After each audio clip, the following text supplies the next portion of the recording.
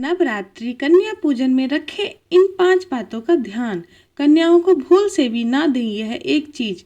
नमस्कार दोस्तों, राधे राधे, जय श्री कृष्णा, हर हर महादेव, जय माता दी। दोस्तों कन्याओं को ऐसा खाना कभी मत खिलाना, माता शेरा वाली हो जाती है नाराज, व्रत पूरा नहीं माना जाता। साथ ही जानिए नवरात्रि में जो क्यों सूख जाते हैं, क्यों आपके जो में हरियाली नहीं आती है, आखिर यह क्या संकेत देता है। नवरात्रि में जो अखंड ज्योति जलती है उसकी बाती का हम क्या करें। साथ ही साथ यह भी जानिए कि नवरात्रि में जो कलश के नीचे चावल रखे जाते हैं और उसके ऊपर नारियल रखा जाता है उसका हम क्या करें और बचे हुए तेल का क्या करें। अंत में हम बताएंगे कन्या पूजन कैसे करें और क्या है शुभ मुहूर्त। आज का वीडियो बहुत ही सुंदर है, आपको कहीं भी जाने की आवश्यकता नहीं पड़ेगी। समस्त जानकारी नवरात्रों की पूरी जानकारी इस वीडियो में, खासकर कन्या पूजन कैसे करना है, सप्तमी कब है, अष्टमी कब है, नवमी कब है, समस्त जानकारी इस वीडियो में हम आपको दे रहे हैं।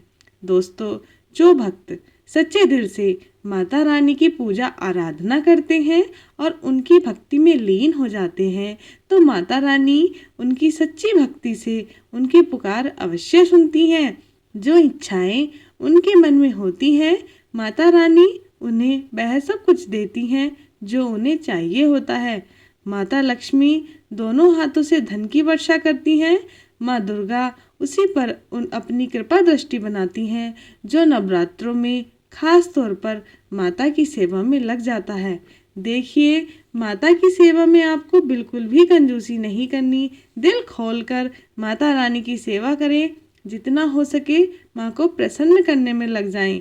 साल भर के इस त्योहार में माता धरती पर आती हैं और उसी पर कृपा दृष्टि बनाती हैं। जो माता को सच्चे हृदय से प्रसन्न करता है उसे रंग से राजा बनाकर ही जाती हैं, फिर चाहे वह भिखारी हो या कोई भी। माँ की नज़रों में सबसे बड़ा होता है उसकी भक्ति में प्रेम, आस्था और माँ के प्रति सच्ची लगन हो, इसलिए माँ की भक्ति में आनाकानी ना करें। दोस्तों एक बार सच्चे हृदय से कमेंट बॉक्स में लिखें जय माता दी और मेरे चैनल शिव पावर को जरूर सब्सक्राइब करें, साथ ही बेल आइकन जरूर दबाएं और कमेंट बॉक्स में अपनी राय भी दें। दोस्तों तो सबसे पहली बात, नवरात्रि में हम एक माटी के प्याले में जौ भरते हैं ताकि हमारे घर में सुख शांति बनी रहे और माता प्रसन्न हो जाएं। जो जब हरे भरे होते हैं तो घर में हरियाली आती है और सुख समृद्धि की प्राप्ति होती है। जब जो हरे भरे होते हैं तो समस्त देवी देवता खुशियां मनाते हैं और घर की उन्नति के लिए कामनाएं करते हैं, आशीर्वाद देते हैं। हरे भरे जौ में साक्षात माता रानी अपने 9 स्वरूपों के साथ खेलती हैं और घर में सुखों की बारिश होती है तथा धन की वर्षा होती है। जिस घर में जौ के अंदर से हरियाली नहीं आती तो उस घर में पहले ही पता चल जाता है कि अब आपके घर में गरीबी आने वाली है तथा परेशानियां आने वाली हैं, क्योंकि आपने पूजा पाठ में कोई ऐसी गलती कर दी होगी जिसके कारण जौ में हरियाली नहीं आ पाई। देखिए आपको बता दें, हैरानी वाली बात यह है कि बिना पानी के माटी में जौ डालते ही उग जाते हैं, वह भी बिना देखभाल के हरियाली उसमें निकल आती है। जब हम कलश स्थापना करते हैं और जौ उगाते हैं तो यह बहुत ही सोचने समझने वाली बात है कि आपकी देखरेख में जबकि आपने पानी बराबर डाला, परिवार ने अच्छे से देखा, फिर भी ऐसा होने के बाद जब उसमें जौ ना उगे तो हरियाली ना निकले तो समझ ले साक्षात माता रानी आपसे नाराज हैं, क्रोधित हो चुकी हैं। माता रानी अपनी संतान को सदैव माफ कर देती हैं। आप सच्चे हृदय से माता रानी से माफ़ी मांग ले, माता करुणामय है और अपने भक्तों को, अपने बेटों को वह सदैव माफ करती हैं। जो में कम हरियाली आना मतलब घर में धीरे धीरे खुशियों का वास होगा। ज़्यादा हरियाली आने पर धन की वर्षा होगी। तेजी से व्यापार दिन दुगनी रात चौगनी बढ़ेगा। कई लोग जौ में डेली पानी डालते हैं, जो कि गलत है। इसमें पानी नहीं डाला जाता, बल्कि पानी का छींटा मारा जाता है, इसलिए जो सड़ जाते हैं, खराब हो जाते हैं। ऐसा ना करें, इसी कारण हरियाली नहीं आती। ज़्यादा पानी डालने से यह खराब हो जाते हैं। दोस्तों, जब आपके घर में हरे भरे जौ हो जाएं, तब इन्हें चांदी का सिक्का या 1 रुपया सिक्का जरूर डालें। सिक्का डालने से माता रानी प्रसन्न होती हैं और आपके घर में धन का आगमन होना शुरू हो जाता है। दोस्तों, नवरात्रि समाप्त होने के बाद हरे भरे जौ को क्या करें, आइए जानते हैं। पहली बात तो यह है कि इसमें जो आपने एक सिक्का डाला था, उसे आप अपने धन रखने के स्थान पर रख लें। इससे धन में बढ़ोतरी होती है। दोस्तों, और अंत में नवरात्रि समाप्त होने के बाद इन जौ में से थोड़े पत्ते माता रानी के प्रसाद के स्वरूप में पूरे परिवार को खिलाएं। इसके पत्ते खाना बहुत ही शुभ और मंगलकारी माना जाता है। इससे जो भी खाता है वह जल्दी बीमार नहीं पड़ता। बाकी बचे हुए जौ को आप गंगा में विसर्जित कर दें या नदी की धारा में छोड़ दें। इससे आपका व्रत संपूर्ण और सफल हो जाएगा। दोस्तों, कई लोग अपने घर में अखंड ज्योत जलाते हैं और जो बाती होती है तथा तेल जो भी बच जाता है, लोग उसे इधर उधर फेंक देते हैं या अपने घर में संभाल कर रख लेते हैं या फिर पानी में डाल देते हैं, जो कि गलत है। इससे आपको कोई फायदा नहीं होता। जो अखंड ज्योति होती है, उसे आप मामूली ना समझे। यह बुझने के बाद भी जागृत अवस्था में होती है। इसमें साक्षात माँ दुर्गा का वास होता है। यह चैतन्य अवस्था में होती है, जागृत होती है। दोस्तों, नवरात्रि समाप्त होने के बाद इसके बचे हुए तेल को आप बच्चों की मालिश करने के लिए रखें और आप भी मालिश कर सकते हैं।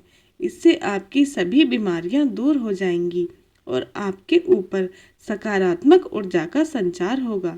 दोस्तों, नवरात्रि में जब कलश स्थापना की जाती है, तो कलश के नीचे चावल जरूर रखे जाते हैं और कलश के ऊपर एक नारियल भी रखा जाता है। ऐसे में हम इन दोनों चीज़ों का क्या करें, आइए जानते हैं।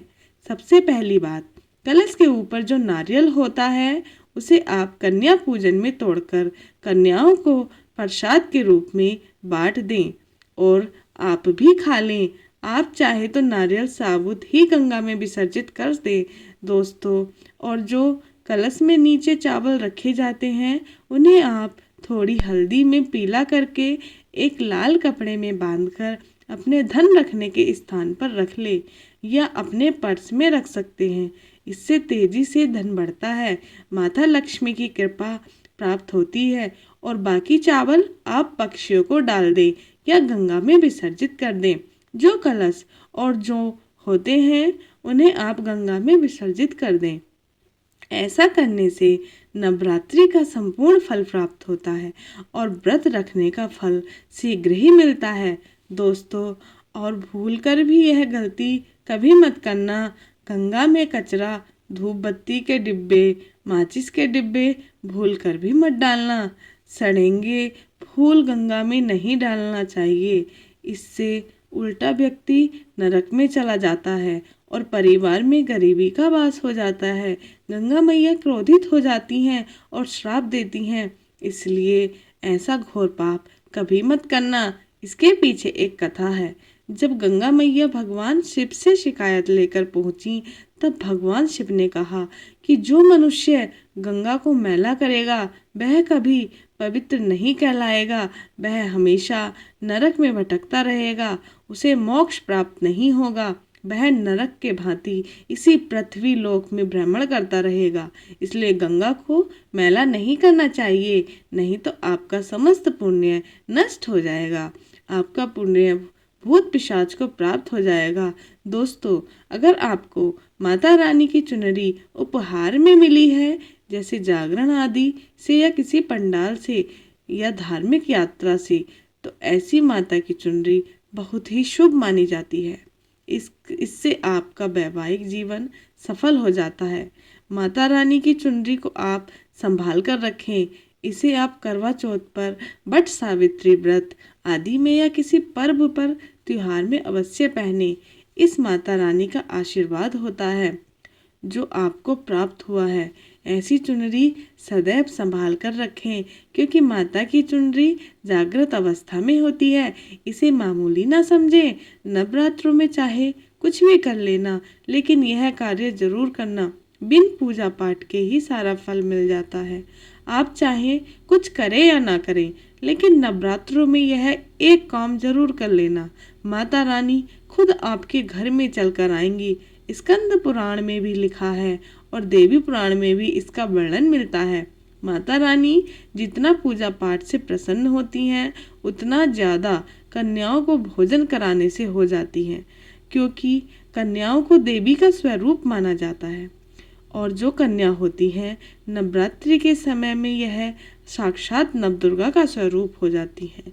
नवरात्रि के दौरान आपको एक पुष्प का पौधा जरूर लगाना चाहिए।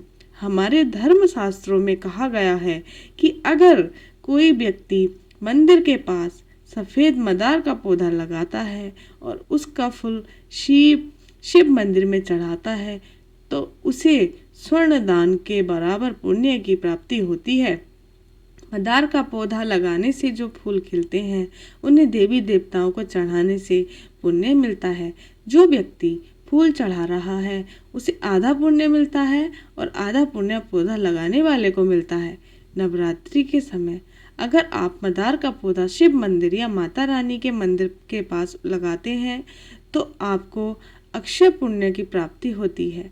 इसमें किसी व्रत या पूजा पाठ की आवश्यकता नहीं होती, सिर्फ फूलों का पौधा लगाना होता है। इस श्रेणी में मदार, सदाबहार और कनेर के पौधे आते हैं, जो हमेशा फूलते रहते हैं। कनेर के पौधे को माता रानी का स्वरूप माना गया है। सफेद कनेर का पौधा लगाना अति उत्तम होता है और इससे माता रानी प्रसन्न होती हैं, जिससे गोदान के बराबर फल प्राप्त होता है। इसी तरह गुड़हल का पौधा देवी मंदिर के पास लगाने से माता का आशीर्वाद मिलता है।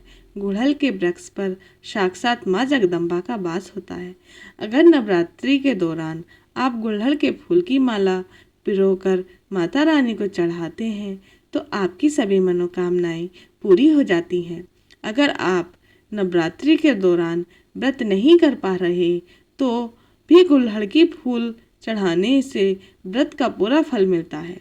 माना जाता है कि अगर किसी व्यक्ति ने नवरात्रि के समय गुड़हल का पौधा लगा दिया और उसके फूल देवी देवताओं को चढ़ाए गए, तो उस व्यक्ति को माता रानी आजीवन आशीर्वाद देती हैं और कभी निर्धन नहीं रहने देती।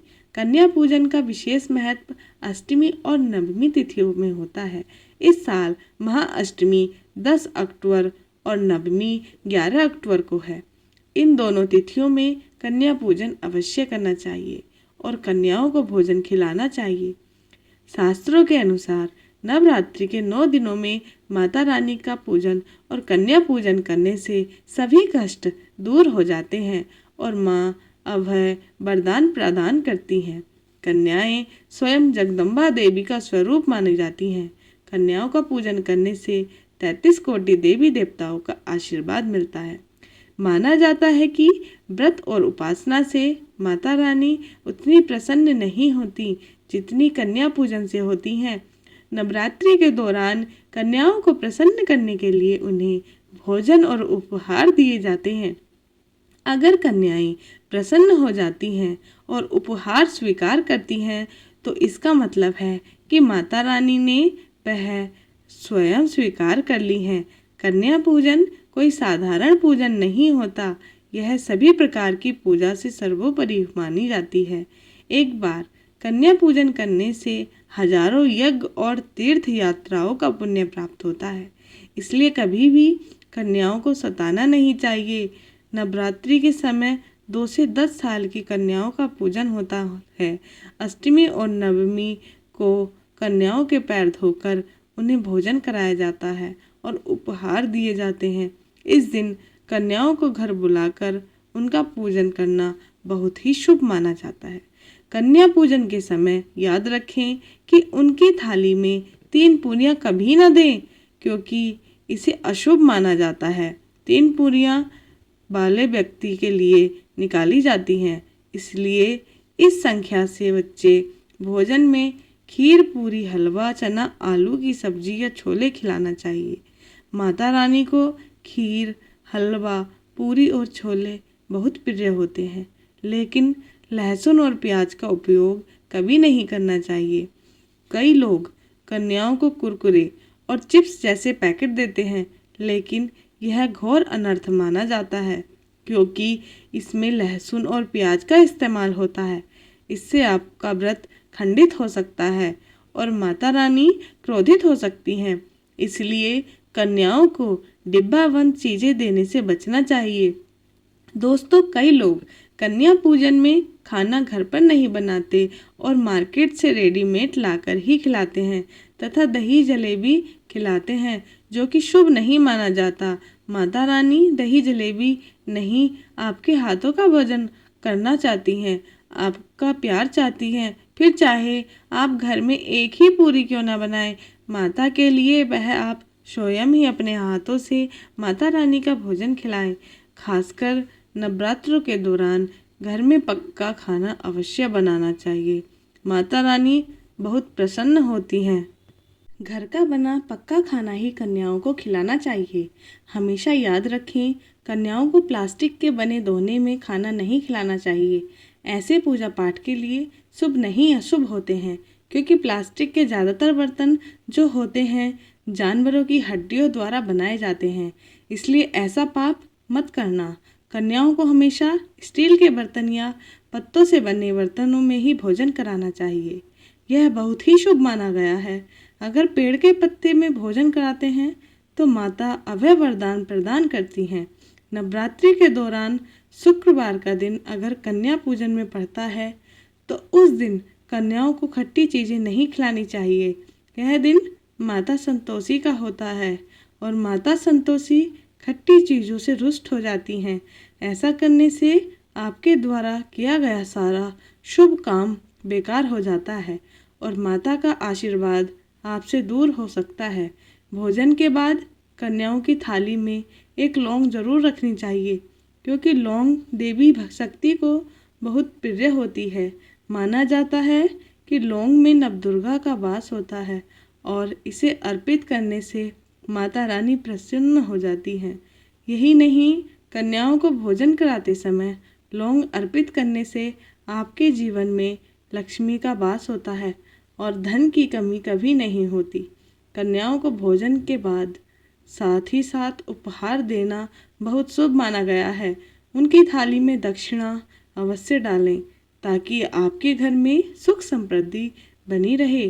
कन्याओं को आप सुंदर कपड़े, चॉकलेट बॉक्स या स्टील के बर्तन उपहार में दे सकते हैं, लेकिन ध्यान रहे कि लोहे का कोई सामान नहीं देना चाहिए, क्योंकि इससे राहु केतु का दोष घर में आ सकता है। जब कन्याएं आपके घर से प्रस्थान करें तो उनके चरण जरूर छुएं और माता से अपनी मुराद मन में रखकर सच्चे दिल से प्रार्थना करें।